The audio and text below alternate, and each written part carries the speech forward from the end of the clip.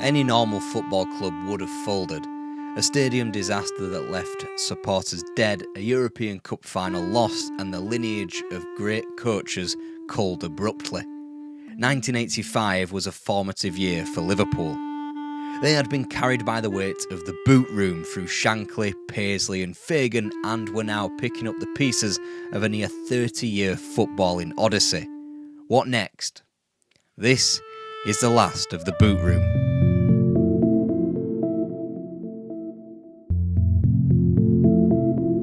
Liverpool were quite a sedentary football club up to and beyond the Second World War. They had spent the majority of their time in the top flight, helped themselves to 5 league titles, the same as Everton to give you a bit of a benchmark. What they really craved now as the 1950s wore on was the FA Cup. They'd just come off their second cup final and their second cup final defeat in 1950 to Arsenal. Again, for a benchmark, Everton had won the cup twice, most recently in 1933. Because of those glories and because the FA Cup was held in such high esteem, Everton were probably viewed as the biggest club in the city, most certainly after 1954 when Liverpool were relegated. Passing them on the way down were Everton as they embarked on the first season of an unbroken streak of top-flight football. Just make sure you catch this video early because that might not be a fact for much longer. Liverpool, the city, had boomed out of their wartime limp. The dockyards were bustling, the Beatles were about to change music, and thanks to the boot room, it would have 2 incredible football teams to watch on a weekend.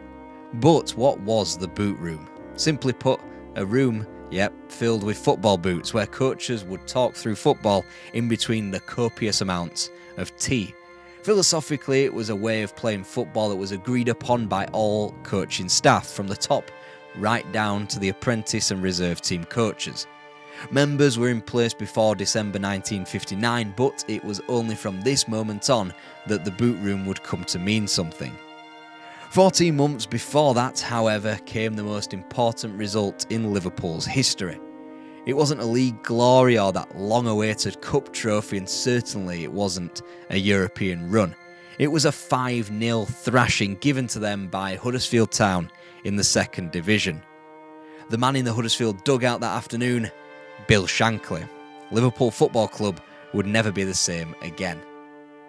At arm's length at first, Liverpool finally approached Shankly 12 months later with the question, how would you like to manage the best club in the country? His response was typical of Shankly when he retorted, why, is Matt Busby packing up? Nonetheless, Shankly was ground down enough to take the offer 2 months later. After struggling through broke clubs at the arse end of the Football League, from Carlisle United to Grimsby Town and Workington, Shankly thought he had his big break at Huddersfield Town, a former 3-time champion of England. What he found was a club penny pinching just like the rest of them. Moving to Liverpool in December 1959 wasn't this big leap that it would be today. If anything, it was more of a sideways step. Since relegation in 1954, Liverpool had constantly threatened to return to the top flight, finishing in the top 4 times on the bounce. Everything pointed to another promotion push. In the Cup, however, nothing. They'd been eliminated by outfits like Gateshead, and another humiliation, this time to Worcester City, was too much to take, and this is where we find Shankly at Liverpool. He was essentially hired for his coaching ability and the fact that he had entrusted youth players like Dennis Law and Ray Wilson at previous clubs. Behind the scenes, Shankly was gifted a wealth of coaching talent. Bob Paisley had been hired 3 years previously and had worked his way up to chief coach. Joe Fagan and Ruben Bennett were hired 2 years later, with Fagan being a personal recommendation to Liverpool by none other than Everton manager Harry Catterick. Shankly appeared before them, an Anfield crumbling and decrepit training facility as well. It was apparent that this club didn't just need a philosophical or cultural rebuild, but a literal one as well. And he did so. He changed their ethos on the pitch, promoted young players like Roger Hunt and Ian Carragher, while signing Ron Yates and Ian St John on the cheap. They would all become club legends as Liverpool received their belated promotion back to the big time in 1962, before quickly winning their 6th championship 2 years later. Shankly even bestowed upon Liverpool their famous all-red kit before a European tie with Anderlecht after seeing Ron Yates wearing the change strip. "You look about 8 feet tall," Shankly remarked, and Liverpool wore all red forevermore. New frontiers were destroyed constantly in this time. Their FA Cup hoodoo was ended in 1965 after beating Leeds United, and a first European final was reached a year on in the Cup Winners' Cup, albeit in defeat to Borussia Dortmund. But success dried up the more the 60s wore on. They were always in the conversation for the title since Shankly claimed a second championship in 3 years in 66, but that would be their last piece of silverware that decade. The advent of the 1970s sparked a gear shift from Shankly, finishing a full 15 points behind champions Everton, and that will do that to a Liverpool club. Scout Jeff Twentyman would be hired to bring in a new generation of player, and whilst he literally didn't sign 20 men for Shankly, the ones he did bring in helped transform them.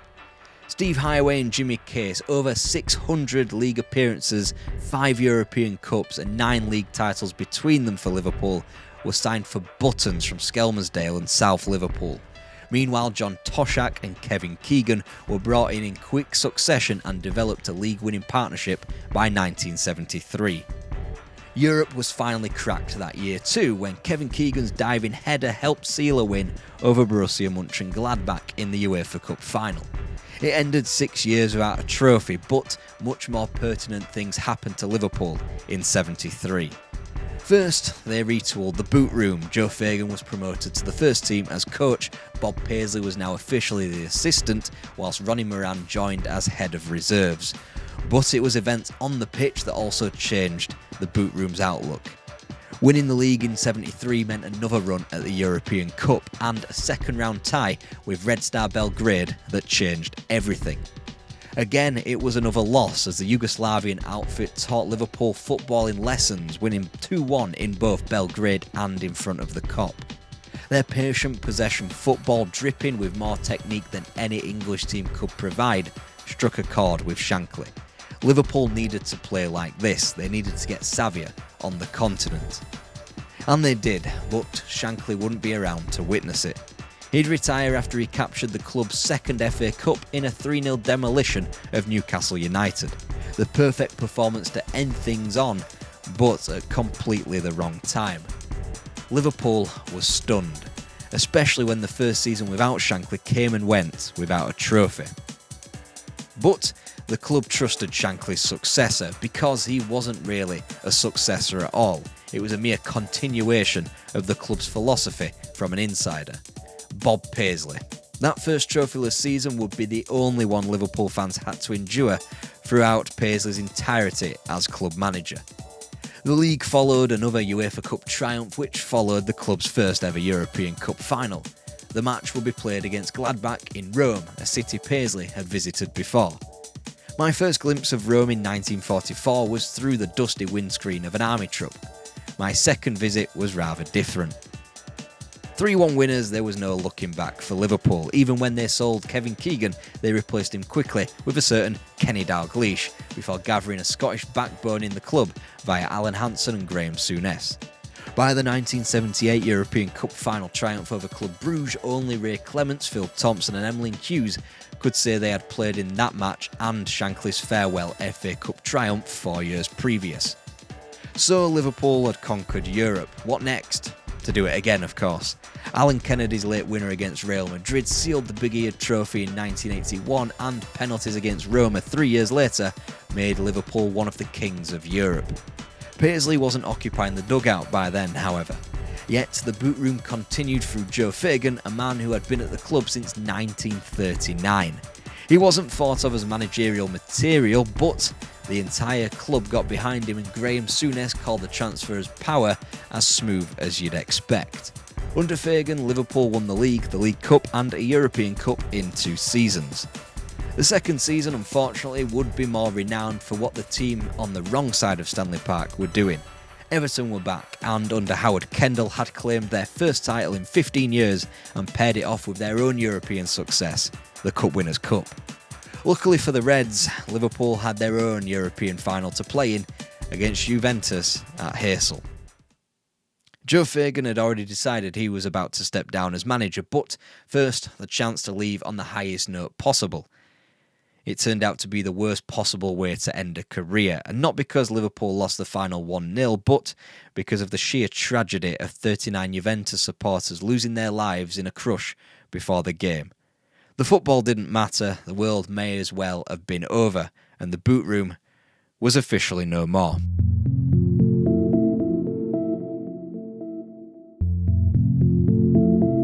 Kenny Dalglish was just 33 years of age when he was asked prior to the 1985 European Cup final to succeed Joe Fagan.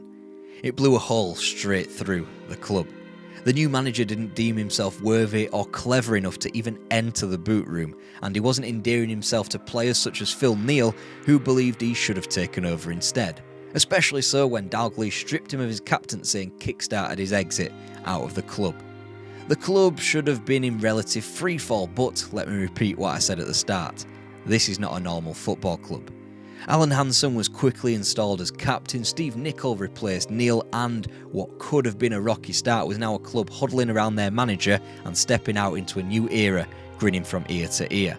Alan Kennedy joined Phil Neal on the scrap heap as players such as Gary Gillespie, Craig Johnston and Jan Malby became more regular fixtures, and Steve McMahon was signed from Aston Villa.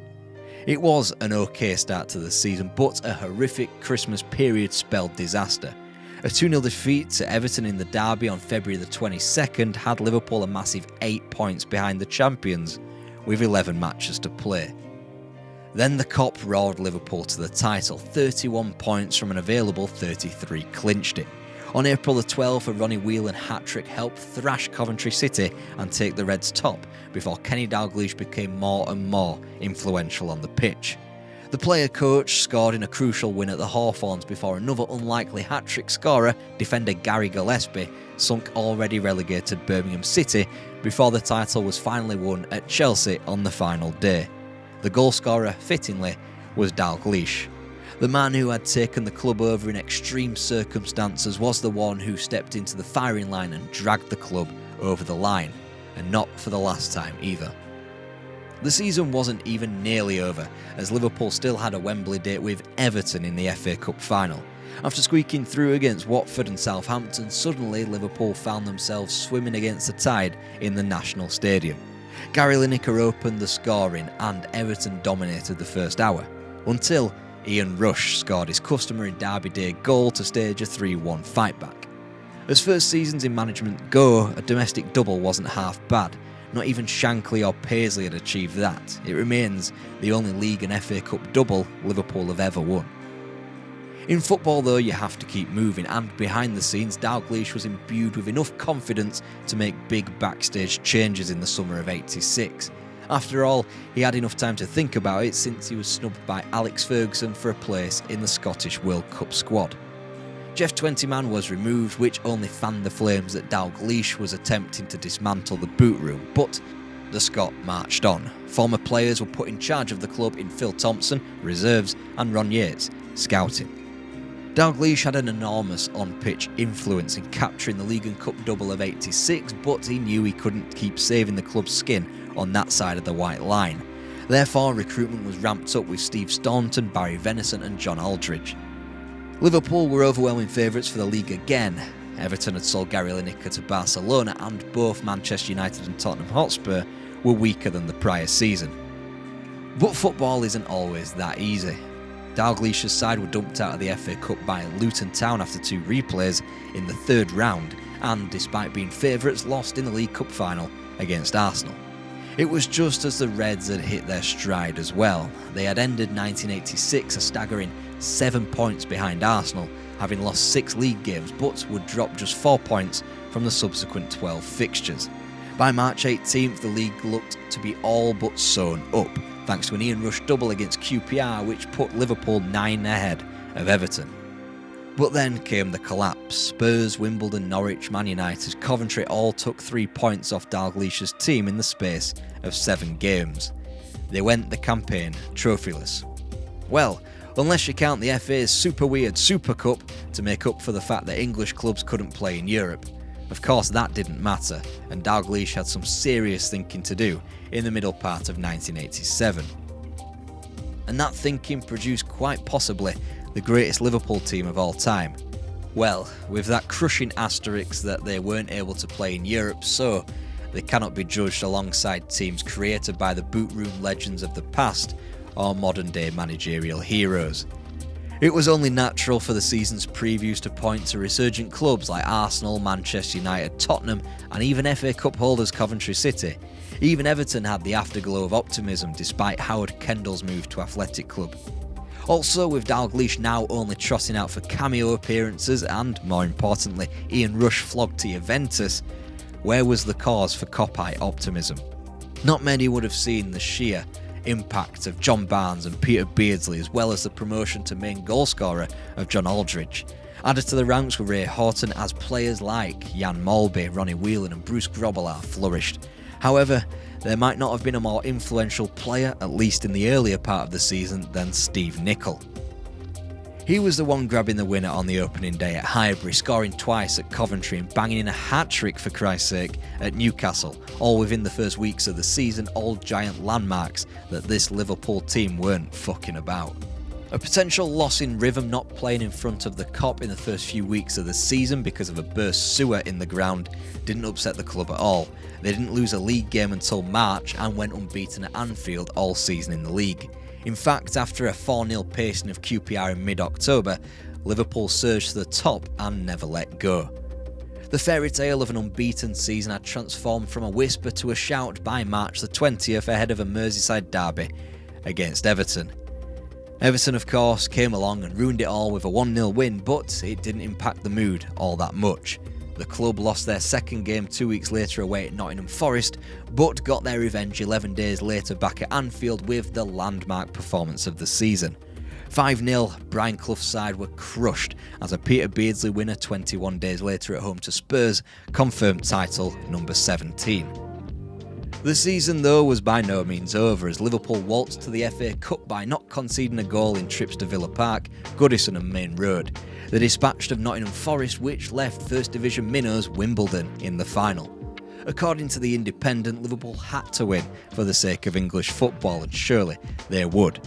They had the Golden Boot winner in John Aldridge in insatiable form, yet he would miss Liverpool's best chance from the penalty spot, as Laurie Sanchez's header proved the only goal of the game. In the immortal words of John Motson, the crazy gang had defeated the Culture Club.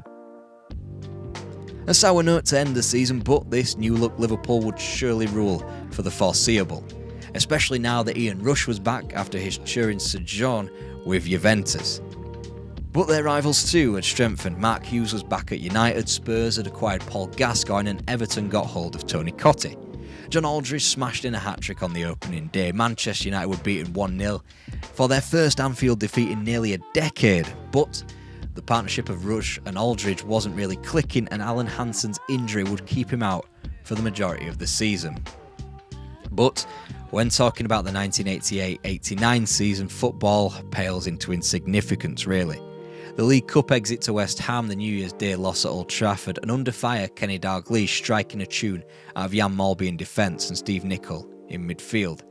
Liverpool were in some really incredible form. They were in a title race with Arsenal and an FA Cup final seemed almost certain, but none of it mattered.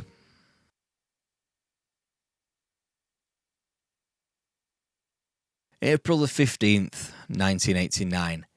Liverpool versus Nottingham Forest, Hillsborough Stadium, Sheffield. Liverpool fans in great voice, all they had to do was beat the same opposition they had beat in the same game 12 months ago and they would be in an FA Cup final, potentially against Everton as well. The European ban would soon be over. This Kenny Dalglish Liverpool team would enjoy some incredible days in the continental sun and be truly respected for what a great team they are. Everything changed when Police Chief David Duckenfield effectively sent 97 Liverpool supporters to die when he ordered exit gate C to be opened, prompting a crush in the bottom tier of the Leppin Lane's end.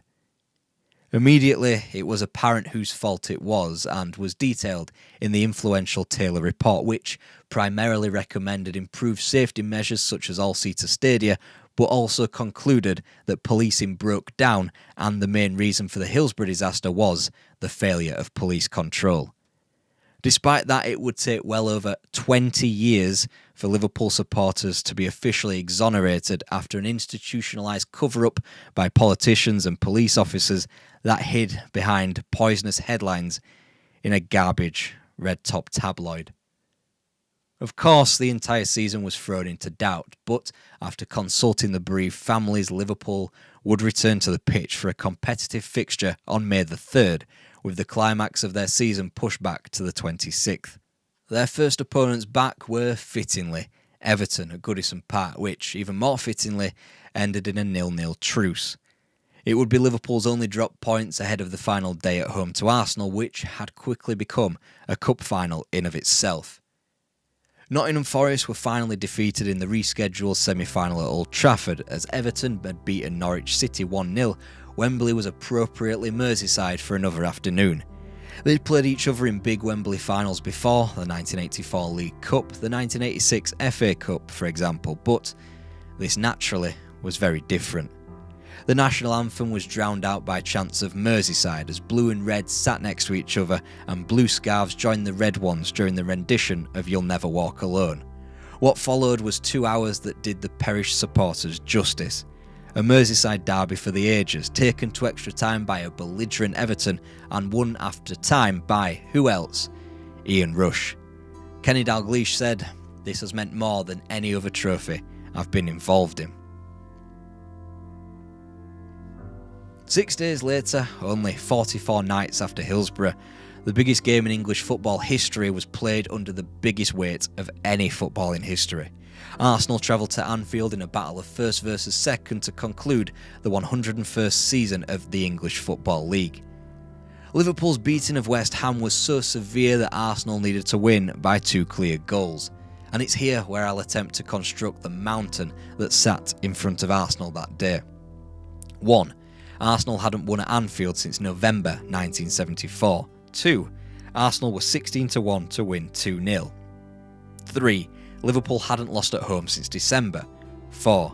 Liverpool hadn't conceded twice at home in the league or failed to score at home in the league since October. 5. Liverpool hadn't lost by 2 goals in the league at home since February 1986. 6. Liverpool hadn't lost by 2 goals in the league at home to anybody from outside of their own city since September 1984. Arsenal deployed a 5-4-1, something they'd only previously done once under George Graham. In fact, the Arsenal manager went against the grain in every possible way. They travelled up on the morning instead of staying over at night. They didn't go gung-ho for the goal immediately and instead sat back. This ramped up the Liverpool nerves, and when Alan Smith glanced an indirect free kick into the net, Arsenal needed one more goal. Liverpool were losing 1-0 and playing for that scoreline to win the championship. Until Michael Thomas headed through, title all up for grabs, and slotted in a last-minute winner to gift the Gunners the league. Arsenal's ascension, as well as the cruel and bitter pain on and off the field of the prior season, meant the 1989-90 campaign was going to be tough, no matter how you painted it. One tweak would salvage the campaign, selling John Aldridge to Real Sociedad in order to form a more natural partnership between number 10 Peter Beardsley and the out-and-out goalscorer in Ian Rush. Despite a rocky patch in November, which included the harrowing Hillsborough return, Liverpool led their rivals on goal difference going into the festive period. They would lose just one more game all season in the league. Faced with Crystal Palace in a third successive FA Cup semi-final, Liverpool were supposed to breeze through it, especially when taking into account their 9-0 whitewash of the London club the previous September. But Palace adapted, played a long ball game that stifled the Reds, and one of the all-time great semi-finals ended with Alan Pardew celebrating the Palace winner in a 4-3 triumph. Already out of the League Cup and Europe still completely out of their hands, Liverpool needed a pick-me-up in March. That man, bizarrely, was Ronnie Rosenthal. A man more famous for an all-time stunning miss at Villa Park, but a man who effectively squeezed that extra % out of the club to get them over the line in winning an 18th title. In his debut, he played his part in Liverpool overturning a home deficit against Southampton before smashing in a hat-trick on his full debut against Charlton 2 weeks later. A leveller against Forest and a part to play in a late equaliser against Arsenal edged Liverpool closer and closer to the title. Finally, he scored his first goal in front of the Kop against Chelsea on April the 21st, and a week later, Liverpool were champions again. John Barnes was crowned PFA Player of the Year, Alan Hansen lifted a record 8th league title, but in truth, Liverpool had a poor pack of challengers to thank. Aston Villa set a distant second on 70 points, and the Reds were the only team not to lose double figures worth of matches. It was unbelievable that the club wouldn't win another league title for 30 years, but a downtime in success was inevitable. The weight of Hillsborough continued, and at some point, somebody had to submit. And yet, Liverpool began the 1990-91 campaign superbly, dropping 2 points from their first 13 matches. Ronnie Moran and Roy Evans still kept the faint, flickering boot room light burning, while Steve Highway's youth development was beginning to produce players. The club continued, and from the outside everything was fine. Everton were beaten in the derby in February as Liverpool went top of the league. But another derby in a 5th round FA Cup replay finally ended Kenny Dalglish's involvement with the club. Before the 4-4 draw at Goodison Park, Dalglish knew he had to leave. In truth, he had wanted a break the previous summer, but according to his autobiography, the strain kept on going until I finally snapped. Gary Gillespie said, "We were like a ship without a captain." Hillsborough had taken its toll on the city and claimed Kenny Dalglish's career as Liverpool manager.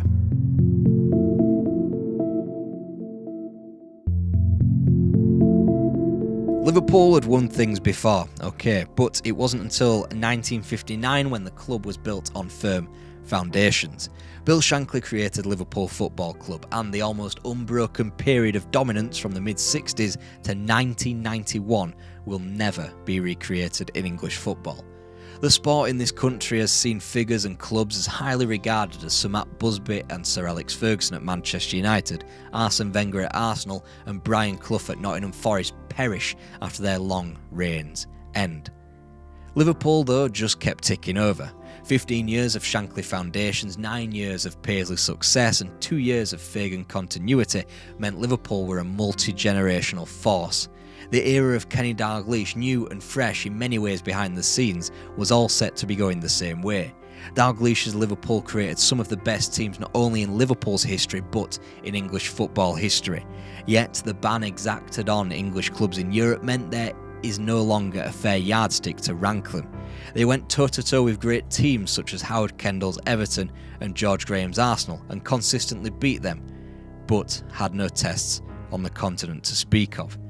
This formulated line of succession, which no doubt would have continued into the 21st century if allowed, was only stopped by the insurmountable weight of tragedy. Hillsborough blunted Liverpool's spirit. It broke the manager as the club's transfer policy became distracted and player production had stalled. Of the 1990-91 season, Graham Souness stated, "Liverpool had thrown away the title rather than Arsenal winning it." Well, let's see if you can do any better. And we will in the next video of this issue.